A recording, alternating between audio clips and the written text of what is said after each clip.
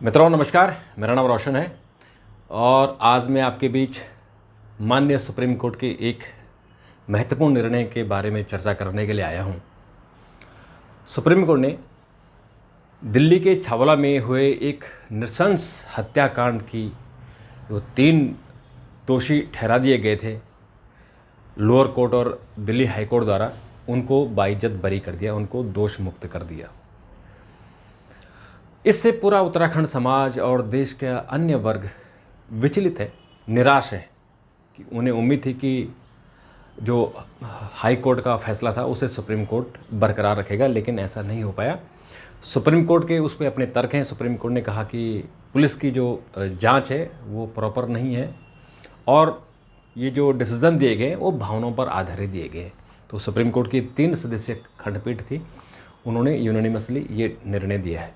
लेकिन इससे निराशा हुई है समाज के हर वर्ग को, क्योंकि एक बेटी जो बहुत ही गरीब परिवार से, जो अपने रोज़गार के लिए, परिवार को पालने के लिए गुड़गांव नौकरी करने जाती थी, और 6 फरवरी 2012 को जब वो अपने घर लौट रही थी, रात को 9:30 बजे छावला में 3 युवकों ने उसका किडनैप किया और उसे रेवाड़ी ले गए और उसका बलात्कार किया, उसके साथ क्रूरता की और इतनी क्रूरता की कि सारी हदें पार हो गई।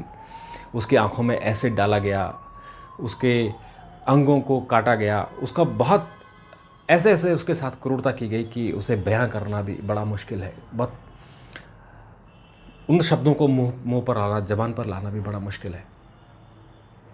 तो ये मामला 2012 का है, जब समाज के अन्य वर्गों ने एक दबाव डाला और इस पुलिस ने अपनी चार्जशीट जल्दी सबमिट कर दी। तो 2014 में ट्रायल कोर्ट ने, जो द्वारका की ट्रायल कोर्ट है, उसने फांसी की सज़ा दे दी। और उसके बाद जब वो अपील में गए दिल्ली हाई कोर्ट में, तो दिल्ली हाई कोर्ट ने भी फांसी की सज़ा को बरकरार रखा। और उसके पीछे बहुत सारे तर्क थे, क्योंकि जो एविडेंस मिले थे, जो पुलिस ने थ्योरी दी थी, उसके हिसाब से निर्णय हुआ। लेकिन जब ये मामला सुप्रीम कोर्ट में आया तो सुप्रीम कोर्ट ने पूरे मामले को ही पलट दिया। सुप्रीम कोर्ट ने पुलिस की जांच पर, उसकी थ्योरी पर सवाल उठाए और उनकी बड़ी आलोचना भी की दिल्ली पुलिस की। तो इसके कारण अब जो दिल्ली पुलिस की रिपोर्ट है, दिल्ली पुलिस की जो जांच है, उसी जांच के आधार पर 2 कोर्टों ने फैसला दिया था और उसी जांच के आधार पर सुप्रीम कोर्ट ने फैसला दिया, तीनों को बरी कर दिया।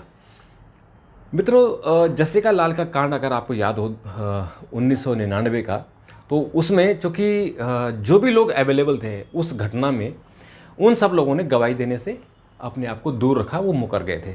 तो इसके कारण ट्रायल कोर्ट ने ही सारे दोषियों को, जो आरोपी थे, आरोपियों को छोड़ दिया था। उन्होंने कहा था कि ये चूँकि कोई गवाही देने के लिए नहीं आ रहा, तो उन्होंने एक दुख व्यक्त किया था कि कोई गवाही के लिए नहीं आ रहा है, इसलिए उन्होंने छोड़ दिया था। लेकिन जब वो दिल्ली हाई कोर्ट ने उससे सुमोटो लिया, तो उसके बाद उस पर जांच हुई, सुनवाई हुई और फिर जो आरोपी थे उनको दोषी ठहरा दिया गया, उनको सज़ा हुई। आज भी वो लोग जेल में हैं।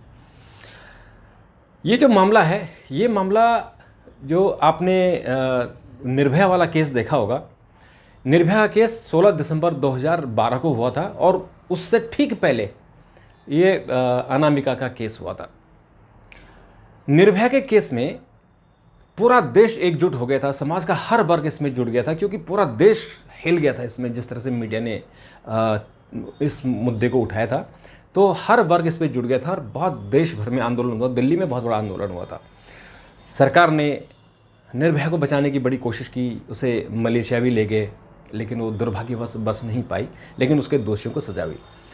यहाँ जो अनामिका का केस है, ये थोड़ा सा एक गरीब परिवार का केस है और इसका उत्तराखंड समाज के अलावा दूसरा समाज इसमें नहीं जुड़ पाया। और उत्तराखंड के लोगों ने इसमें, जो दिल्ली में लोग हैं, इस समाज से जुड़े हुए लोग, उन्होंने बहुत कोशिश की और उन कोशिशों के बावजूद उनका परिणाम तो हुआ, लेकिन सुप्रीम कोर्ट ने जिस तरह से फैसले को पलट दिया, उनसे सब लोग दुखी हैं, निराश हैं। और कल दिल्ली के गढ़वाल भवन में सारे उत्तराखंड के समाज के लोग एकजुट हुए, विभिन्न संगठनों के नेतागण इकट्ठे हुए और उन्होंने इस मुद्दे को बहुत ज़ोर शोर से उठाने का, सरकार पर दबाव बनाने के लिए दिल्ली पुलिस पर पुनर्विचार याचिका दर्ज करने की दबाव बनाने का फैसला किया। और उसके साथ साथ जो उत्तराखंड के वकील हैं वो अपनी तरफ से भी पुनर्विचार याचिका दायर करेंगे। तो इस मुद्दे पर जो बहुत बढ़ चढ़कर जिन्होंने इसमें भागीदारी निभाई, उत्तराखंड समाज के बहुत बड़े समाज सेवी हैं विनोद बच्छेती, उन्होंने इस बारे में क्या कहा, सुनिए। साथियों नमस्कार, मैं विनोद बच्छेती बोल रहा हूँ और हम लोग अभी देश की सर्वोच्च जो न्यायालय है सुप्रीम कोर्ट, उसके सम्मुख खड़े हैं। और आज सर्वोच्च न्यायालय के द्वारा एक ऐसा डिसीजन आया जो पिछले 10 साल से हम लोग एक परिवार के साथ जो एक ऐसी दुखद घटना हुई थी, जिनकी एक बच्ची जो दिल्ली में वो जॉब से आ रही थी, शाम को कुछ लोगों ने इस बच्ची को उठाया और हरियाणा के रेवाड़ी में उस बच्ची की हत्या कर दी। और इस परिवार के माध्यम से दिल्ली के लोअर कोर्ट में, द्वारिका कोर्ट में ये परिवार ने जब लड़ाई लड़ी तो यजमान जीते, हाई कोर्ट में जीते। लेकिन आज सुप्रीम कोर्ट में ये केस जो जज साहब हैं उन्होंने इस केस का जो डिसीजन दिया, वो डिसीजन समाज को और देश के जो लोअर मिडिल क्लास से जो न्याय के लिए लड़ रहे हैं उनके लिए बड़ा एक शॉकिंग, बड़ा मतलब एक सवाल खड़ा करता है। हम देश के नागरिक हैं, देश की न्यायपालिका पे हमें विश्वास है। और वो दिल्ली के गढ़वाल भवन में हम लोग एक बड़ी बैठक कर रहे हैं। मेरा आप सबसे निवेदन है कि जिस तरह से 2012 में आप इस परिवार के साथ खड़े हुए थे, एक बार पुनः हम सबको इस परिवार के साथ खड़े होने की ज़रूरत है। और हम ताकि न्यायपालिका ने जो डिसीजन दिया उस डिसीजन से हम सब लोग एग्री नहीं है। हम लोगों को लगता है कि डिसीजन नहीं हुआ। जिन दरिंदों, तो जैसे विनोद जी ने कहा कि ये जो लड़ाई है ये लड़ाई जारी रहेगी। जहाँ लड़ाई शुरू हुई, अभी ऐसा लगता है कि फिर लड़ाई वहीं से दोबारा से शुरू करनी होगी, क्योंकि इसका रिजल्ट नहीं निकला, एंड रिजल्ट ख़त्म हो गया। तो उन्होंने कहा कि हम इस बारे में हम निराश जरूर हैं, लेकिन हारे नहीं हैं, हताश नहीं हैं, हम लड़ाई लड़ेंगे। हमारे दूसरे सहयोगी हैं, मैं ब्रिजमोहन उप्रेती, अध्यक्ष उत्तराखंड लोकमंच। किरण ने जो सुप्रीम कोर्ट का फैसला आया है उससे आज सारा दिल्ली के तमाम सामाजिक संगठन दुखी हैं। उसी के संदर्भ में आज गढ़वाल भवन में एक बैठक का आयोजन किया गया और जिस केस में लोअर कोर्ट ने फांसी की सज़ा दी हो, उसके बाद उसी फांसी की सज़ा को हाई कोर्ट ने बरकरार करते हुए सज़ा पे मोहर लगाई हो, आज एकाएक सुप्रीम कोर्ट ने इस फैसले को पलट दिया और उन मुलजिमों को बरी कर दिया। उस पर आज एक बहुत ही बड़ी मीटिंग बुलाई गई है जिसमें आगे की रणनीति पे विचार किया गया है। उसमें एक लीगल कमेटी का गठन किया गया है। लीगल कमेटी के अध्यक्ष एडवोकेट संदीप शर्मा जी होंगे। उनके तमाम जितने भी साथी लोग हैं जो हमारे उत्तराखंड समाज से जुड़े हुए लोग हैं वो इसमें शामिल हैं। और उसके साथ साथ किस तरह से इस अन्याय के खिलाफ सामाजिक संगठन कैसे आवाज़ उठाएं, चाहे वो सोशल मीडिया हो, ट्विटर हो, उसके लिए आज एक बहुत बड़ा डिसीजन लिया गया है और जल्द ही इस पे एक बड़ी जनसभा भी करने की योजना है। धन्यवाद। तो ब्रिजमोहन जी इस बारे में, क्योंकि उन्होंने भी बहुत आंदोलन किए और कई दिनों तक उन्होंने इस पूरे आंदोलन को लीड भी किया, तो उनका भी इस बारे में अपना एक मत है। हवाला कांड को लेकर सुप्रीम कोर्ट के निर्णय के बाद पूरा उत्तराखंड समाज आक्रोशित है और आज लगभग समाज के हर वर्ग का लोग उत्तराखंड के गढ़वाल भवन में एकत्रित हुआ और समाज के हर वर्ग के हर संगठनों के लोग एकजुट हुए और उन्होंने वहाँ पे अपना आक्रोश व्यक्त किया। लगभग सभी लोगों का कहना, इसमें क्या कहेंगे आपको ज़्यादा पता है? देखिए, देश की न्यायपालिका पे हम सबको विश्वास है, लेकिन सवाल यहाँ खड़ा होता है कि जहाँ लोअर कोर्ट ने उन तीनों दोषियों को, उन दरिंदों को फांसी की सज़ा दी, दिल्ली के हाई कोर्ट ने उनको फांसी की सज़ा दी, तो सुप्रीम कोर्ट ने जो डिसीजन दिया, हम ये समझें तो सुप्रीम कोर्ट का डिसीजन सही है या लोअर कोर्ट और हाई कोर्ट का डिसीजन ऊपर। जो दूसरा दिल्ली पुलिस की जो कार्रवाई है उसमें भी एक क्वेश्चन होता है। दिल्ली सरकार के द्वारा जो एडवोकेट्स, जो वकील हैं के लिए जो सरकार ने दिए, उनके ऊपर कुछ। तो ये जो डिसीजन हुआ, इससे हम सब लोग बहुत निराश हैं। 10 साल से इस परिवार के साथ में, ये परिवार हम सब लोग दिन रात इस दोषियों को, जिन्होंने बच्ची की हत्या करी, 18 साल की बच्ची जो मात्र एक घर का एक मात्र सहारा थी, जिससे रोजगार से लेकर सब वंचित थी। कुंवर सिंह नेगी एक स्कूल में मात्र 8 हज़ार की नौकरी करते थे।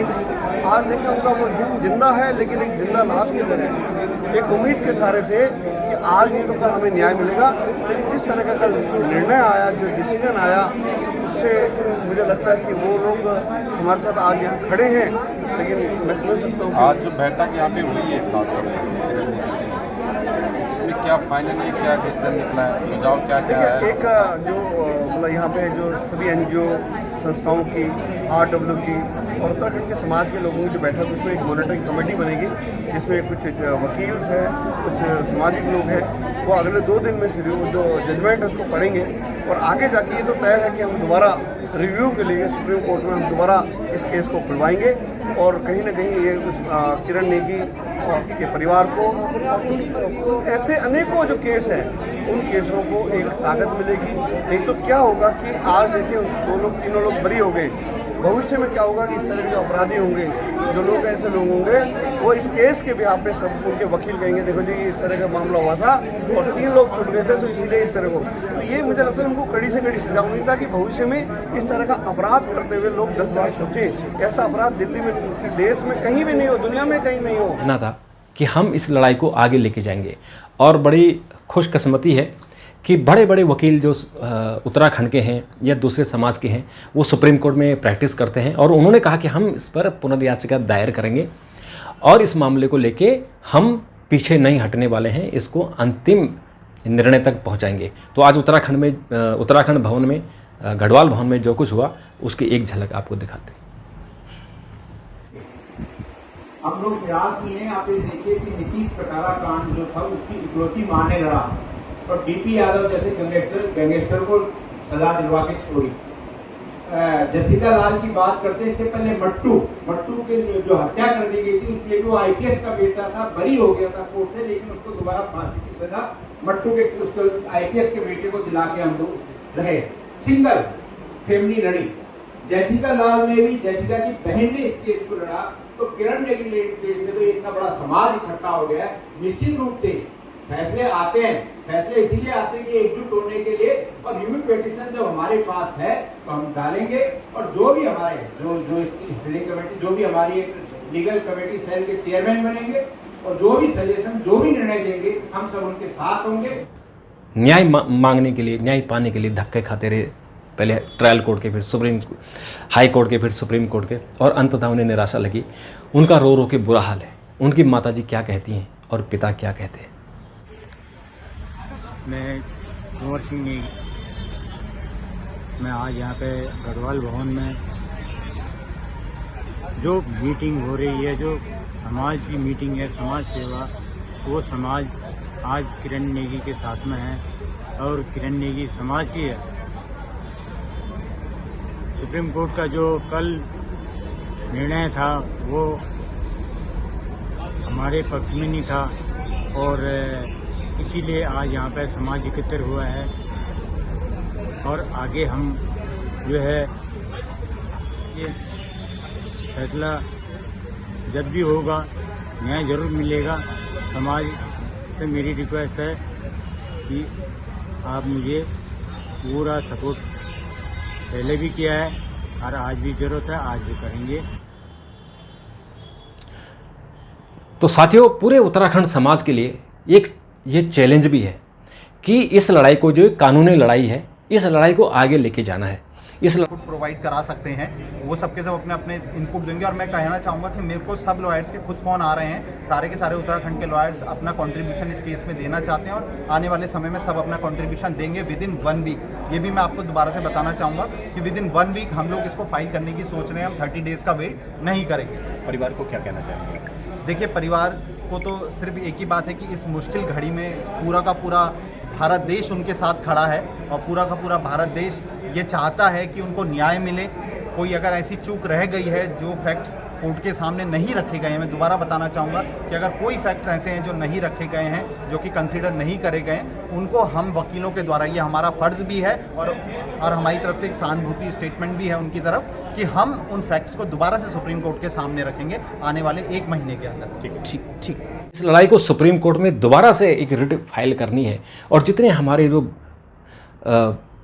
नामी ग्रामी हमारे वकील हैं, बड़े नामचीन हैं, जिन्होंने अनेक केस जीते हैं, उन सब की भी जिम्मेदारी है कि इसको एक इज्जत का सवाल बनाकर, इसको एक महिला, एक गरीब बच्ची का, केवल उत्तराखंड की नहीं, देश की एक गरीब बच्ची का जिस तरह से उसके साथ अन्याय हुआ, उसके साथ क्रूरता हुई और उसकी हत्या कर दी गई, इस मामले को रिजल्ट तक पहुंचाना है और दोषियों को सजा दिलाना है।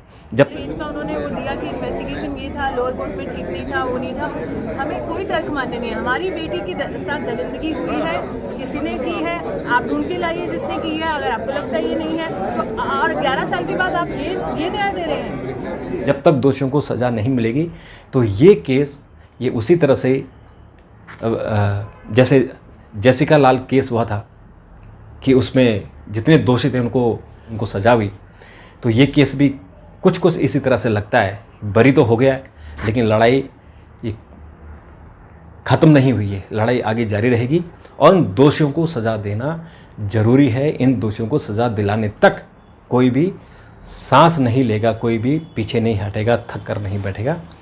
तो मित्रों, अपनी प्रतिक्रिया जरूर दीजिए। आज के लिए नमस्कार।